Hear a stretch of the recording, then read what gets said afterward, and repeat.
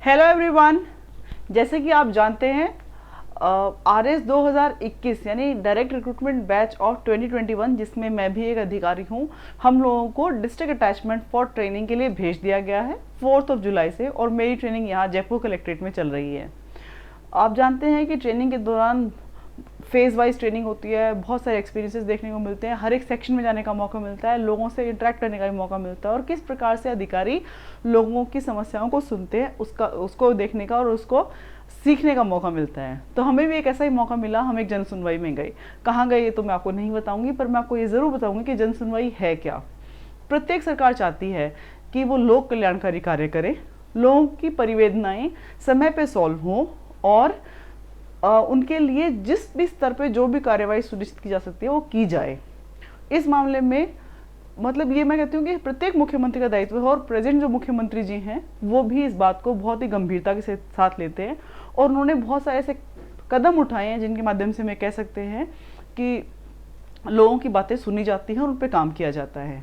अभी प्रेजेंटली मैं जिस बारे में बात करने जा रही हूँ, ये प्रेजेंट हमारी चीफ सेक्रेटरी मैम, उनके दिशा निर्देशों पर चल रहा है कार्यक्रम है, जिसमें प्रत्येक माह के प्रत्येक गुरुवार को ग्राम पंचायत स्तर पर, दूसरे गुरुवार को दैट इज सेकेंड थर्सडे, उस दिन ब्लॉक लेवल पे या SDO कार्यालय लेवल पे, और तीसरा जो गुरुवार होगा उसको जिला कलेक्टर लेवल पे या जिला स्तर पे जन सुनवाई की जाएगी। ये जन सुनवाई है क्या? जन सुनवाई का मतलब है कि किसी व्यक्ति को कोई भी समस्या है, चाहे वो बिजली की हो, पानी की हो, रास्ता उसका किसी ने बंद कर रखा है इस बात की हो, या उसके घर में मतलब मेडिकल फैसिलिटीज़ उसके गांव में ठीक से नहीं मिल पा रही हैं उसकी हो, यानी ऐसी वो सारी सर्विसेज जो गवर्नमेंट प्रोवाइड करती है और उसमें कोई बाधा है, या वो कई नई सर्विस के लिए अप्लाई करना चाहते हैं और उनको समझ में नहीं आ रहा है कि मैं कहाँ जाके किसको कहूँ, या उन्होंने ऑलरेडी अप्लाई कर रखा है और उनकी अभी सॉल्व हुई नहीं है, ऐसे किसी भी चीज़ को लेकर के वो इन तीनों स्तर पर कहीं भी जा सकते हैं। ज़्यादा अच्छा होगा पंचायत स्तर पर पहुँचे जो ग्राम के रहने वाले लोग हैं, ताकि वो वहीं सॉल्व हो पाए। नहीं हो पाए तो प्लीज़ ब्लॉक लेवल पे आइए, और दोनों पे सॉल्व नहीं हो तो कलेक्टर साहब के दरवाजे हमेशा। अच्छा, जयपुर कलेक्टर के साहब की खास बात ये कि उनका सीरियसली गेट, मुझे लगता है जब तक वो ऑफिस में होते हैं हमेशा खुला रहता है, और किसी को भी आने के लिए परमिशन लेने की ज़रूरत नहीं है, कोई पर्ची सिस्टम नहीं है। Great work that he has started, मतलब ऐसा सारे ही लोक सेवकों को होना चाहिए। अब मैं बात करती हूँ इस सर्कुलर के संदर्भ में विशेष रूप से। ये 13/6/2022 का सर्कुलर है, जिसमें कहा गया है कि जन सुनवाई एवं परिवेदनाओं के निस्तारण के संबंध में दिनांक 19/4/2022 को जारी दिशा निर्देशों के संबंध में, और ये कहना क्या चाह रहे हैं कि ये इसकी समरी है, और ये आदरणीय हमारे CS मैम के सिग्नेचर्स है। वो ये कहना चाह रहे हैं कि प्रत्येक माह के, यहाँ पढ़ते हैं, प्रत्येक माह के प्रथम गुरुवार को ग्राम पंचायत स्तर पर, द्वितीय गुरुवार को उपखंड स्तर पर एवं तृतीय गुरुवार को जिला स्तरीय जन सुनवाई कार्यक्रम का आयोजन किया जा रहा है, और नीचे इसके लिए गाइडलाइंस हैं।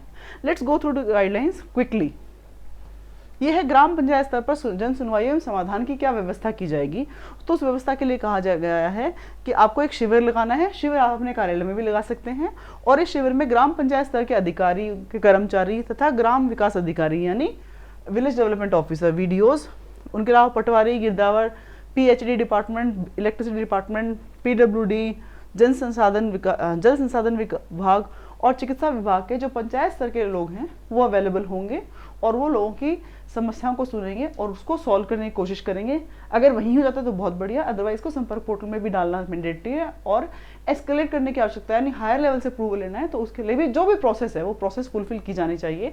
टाइम बाउंड मॉनिटरिंग है, और टाइम, मान लीजिए किसी को 7 डेज का टाइम दिया है किसी एक पर्टिकुलर प्रोसेस के लिए, 7 डेज में नहीं होता तो एस्केलेट हो जाता है, नेक्स्ट लेवल पर चला जाता है। तो ये बहुत अच्छी व्यवस्था है, और टेक्नोलॉजी का बहुत अच्छा इस्तेमाल किया गया है। फिर बात करते हैं कि इसमें सुना क्या जाएगा। इसमें सुनाया जाएगा पेयजल, विद्युत, स्वास्थ्य, नाली, सफाई व्यवस्था, खाद्य सुरक्षा, सामाजिक सुरक्षा योजनाओं, इनसे जुड़ी जो भी समस्याएं हैं उन समस्याओं को प्राथमिकता के आधार पर निस्तारित किया जाएगा। इसी प्रकार की जो व्यवस्था है वो आप देखेंगे उपखंड के स्तर पर भी की जाएगी। ये की जाएगी सेकेंड थर्सडे को। लास्ट जो थर्सडे निकला है वो सेकेंड थर्सडे था, और हम उपखंड स्तर पर गए थे देखने के लिए कि जन सुनवाई कार्यक्रम चलता कैसा है, लोग कितनी परिवेदनाएं लेकर के आते हैं।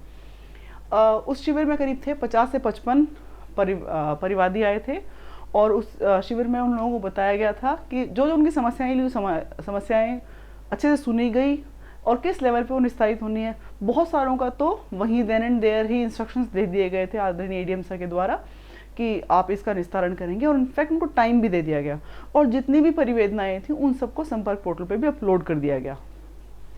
फिर बात करते हैं उपखंड स्तर पर भी क्या होगा। सिमिलरली जो भी उपखंड लेवल के अधिकारी हैं यानी ब्लॉक लेवल ऑफिसर्स, वो सारे के सारे अवेलेबल होंगे। कुछ नोडल ऑफिसर्स होंगे, इसमें कृषि से संबंधित भी जोड़ दिया गया था, हॉर्टिकल्चर डिपार्टमेंट वाले भी लोग आएंगे, श्रम विभाग वाले भी आएंगे और इंश्योरेंस वाले भी आएंगे। तो जो भी नोडल ऑफिसर्स या जो भी उस ब्लॉक लेवल पे सक्षम अधिकारी है वो सारे प्रेजेंट होने मैंडेटरी हैं, और इनकी मॉनिटरिंग की व्यवस्था भी की जाएगी। थर्ड लेवल पे आप कर सकते हैं कि जिला स्तर पर सुनवाई और समाधान व्यवस्था है। मान लीजिए इन दोनों लेवल पे कोई काम नहीं हो पाया या कोई ऐसी चीज़ है इसमें सिर्फ कलेक्टर साहब ही निर्णय लेने वाले अथॉरिटी हैं, तो उनके कार्यालय में भी जन सुनवाई कार्यक्रम प्रत्येक माह के तीसरे गुरुवार को आयोजित किया जाता है। और यदि आपके पास में कोई भी ऐसी परिवेदना है जो इन दोनों स्तरों पे नहीं सुनी गई है और आपको लगता है कि कलेक्टर साहब इसमें इंटरवेंशन कर सकते हैं और उनका इंटरवेंशन की आवश्यकता है, तो प्लीज़ 2 दिन बाद में ही थर्सडे है, you should write an application with all kinds of documents. यानी आपको एक एप्लीकेशन लिखनी है और जो आपके एप्लीकेशन के संदर्भ में जो भी डॉक्यूमेंट्स हैं उनको लगाइए और कलेक्टर साहब के पास पहुंचिए। आई एम श्योर आपकी परिवेदनाएं ज़रूर सुनी जाएंगी, क्योंकि मैंने सुनते हुए देखी है और निस्तारित होते हुए भी देखी है। अब ये इसमें भी वैसी इंस्ट्रक्शंस हैं कि उक्त शिविरों में पेयजल, विद्युत, स्वास्थ्य, नाली, सफाई व्यवस्था, खाद्य सुरक्षा, सामाजिक सुरक्षा योजनाएं आदि से जुड़ी हुई भी होंगी, और संबंधित परिवादियों को जन सुनवाई में उपस्थित होने के लिए यथा समय पूर्व में सूचना दी जाएगी। तो आप इस वीडियो को ये समझ लीजिए कि मैं आपको सूचना ही दे रही हूँ। क्यों? क्योंकि मैं चाहती हूँ, देखिए हर एक आदमी के पास कोई न कोई समस्या ज़रूर होती है, लेकिन अधिकांश लोगों को ये जानकारी ही नहीं होती है क्या हमें कहाँ जाना है, किसको बोलना है। तो यदि आपके लिए कोई अपने दरवाजे खोल रहा है, आपकी बात सुनने के लिए तैयार है, और इनफैक्ट इस बात को एनकरेज किया जा रहा है कि ज़्यादा से ज़्यादा समस्याएं आएँ और अधिक से अधिक उनका निस्तारण करेंगे, तो मतलब ये अप्रिशिएबल थिंग है। तो अदरवाइज़ कई बार क्या होता है कि लोग इसलिए परिवेदना नहीं सुनते हैं कि यार कौन देखेगा, तो यहाँ तो उल्टा हो रहा है। जितनी ज़्यादा परिवेदनाएं आ सकें उतना अच्छा है कि हमें अप्रिसिएशन मिलेगा। तो अभी जो प्रशासन का चेहरा है वो बहुत ही पॉजिटिव हो रखा है। प्लीज़ जाइए और आपकी जो भी समस्या है get it resolve through collector साहब। ये जो डॉक्यूमेंट है मैं आपके साथ में शेयर कर दूंगी। अब मैं आपको बताती हूँ कि जो हमने एक्सपीरियंस लिया उसमें किस प्रकार की परिवेदनाएं थी। हो सकता है इनमें से कुछ परिवेदनाएं या इसमें से कुछ एप्लीकेशंस आपसे मिलती जुलती हों। So you wait for a moment, मैं आपके लिए एक प्लेन शीट खोलती हूँ। इनफैक्ट हम यहाँ भी लिख सकते हैं। हमने जो परिवेदनाएं देखी वो थी, एक बूढ़े से बाबा आए और उन्होंने कहा कि ग्राम पंचायत स्तर पर मेरे लिए पट्टा सैंक्शन हो चुका है, शिविर लगा था लेकिन हमें पट्टे मिल नहीं रहे हैं। तो उसमें जो कार्रवाई थी उसके लिए 4 दिन का टाइम दे दिया गया, और कलेक्टर साहब भी उस टाइम मौजूद थे। उन्होंने कहा कि विदिन 4 डेज इन सब लोगों को यदि कोई व्यवधान नहीं है और सैंक्शन हो चुका है तो पट्टे जारी हो जाने चाहिए। तो एक तो था कि ग्राम पंचायत स्तर पर पट्टे नहीं मिले थे, ये परिवेदना थी, पट्टे नहीं मिलना। दूसरी परिवेदना थी, एक सज्जन थे, उन्होंने कहा कि मेरे यहाँ पानी सिर्फ 20 मिनट्स के लिए आता है, वेयर एज अधिकांश मेरी लोकेलिटी में अधिकांश घरों में दोनों टाइम पानी आता है। तो यानी पानी की समस्या थी, तो PHED डिपार्टमेंट की समस्या थी। तो यानी किसी के घर में पानी नहीं आ रहा हो, नल टूटी हुई हो, तो पानी की समस्या वहाँ पे बताई गई। एक किसान आए जो कहते हैं कि मेरे पास किसान क्रेडिट कार्ड भी है और मेरे पास में जो प्रधानमंत्री फसल बीमा योजना है उसका कार्ड भी है। अब जब आप KCC लेते हो यानी किसान क्रेडिट कार्ड लेते हो तो मैंडेटरी हो जाता है कि जो भी आप फसल बोओगे उसमें बीमा करवाना ज़रूरी है। तो उनके पास में था KCC कार्ड प्लस प्रधानमंत्री फसल बीमा योजना। वो कहते हैं कि मैं इसमें जब मैंडेटरी रूप से मेरा प्रीमियम कट रहा है तो इसमें क्यों कटेगा, जब खेत सेम है, फसल सेम है, तो मैं 2 बार प्रीमियम क्यों कटवाऊँ। तो इसके लिए जो भी रेस्पेक्टिव प्रोविज़न था वो वहाँ पे उपस्थित एग्रीकल्चर सुपरवाइज़र ने सॉल्व कर दिया। उन्होंने कहा कि आपको ये एप्लीकेशन देनी है, और इनफैक्ट उन्होंने उसकी हेल्प भी की कि आप एप्लीकेशन का मुद्दा ये बनाइए और इसमें ये डॉक्यूमेंट दीजिए और रिस्पेक्टिव उस बैंक में जाके मिल लीजिए। उन्होंने बैंक के कर्मचारी का नाम भी बताया। सो ये मैंने खुद आंखों से देखा। तो आई थिंक इससे आपको सीखना चाहिए कि यदि आपकी परिवेदना आप राइट प्लेटफॉर्म पे लेके पहुंचते हैं और राइट डे को पहुंचते हैं तो चीज़ें सॉल्व होंगी। जो अगली बहुत ही अच्छी सी समस्या मुझे याद आ रही है, वो बिजली विभाग की थी। वो थी, कोई एक मंदिर है, गांव का मंदिर, और उस मंदिर के ऊपर से बिजली के तार गुजर रहे थे। तो यानी वो इस तरीके से थे कि यदि बिजली का तार टूट जाए या कुछ और बात हो या बहुत तेज आंधी आए या मौसम खराब हो, तो न केवल मंदिर को नुकसान होगा, मंदिर में जो उपस्थित व्यक्ति हैं उनकी भी जान माल की हानि हो सकती है। तो इससे संबंधित एक रिक्वेस्ट थी और उसको भी उसी टाइम पे आगे प्रोसेस करने के लिए भेज दिया गया। कुछ और बहुत इंटरेस्टिंग उनमें से, हाँ, एक परिवेदना थी।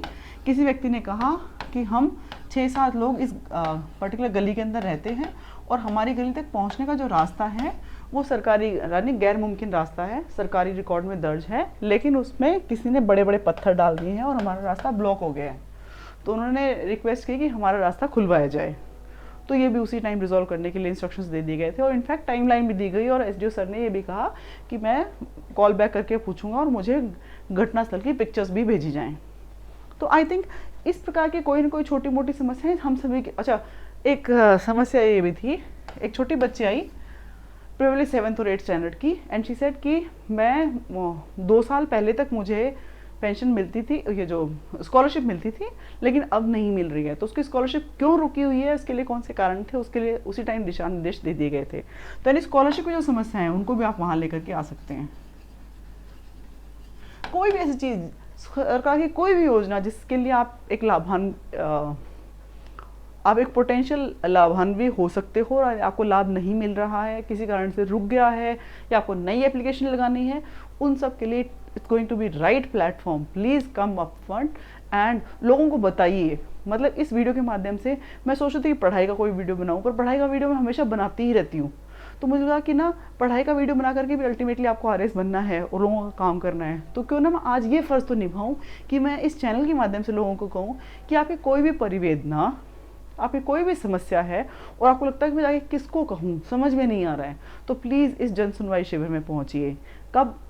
प्रत्येक माह के प्रथम गुरुवार को पंचायत स्तर पर, प्रत्येक माह के दूसरे गुरुवार को आप पहुँचे ब्लॉक लेवल पे, और तीसरा गुरुवार जो कि अभी आ रहा है उस टाइम कलेक्टर महोदय के पास में। And don't worry, don't think about it कि कोई आपको सुनेगा नहीं, लोग सच्ची में आपको सुनेंगे और बहुत अच्छे से सुनेंगे। All the very best.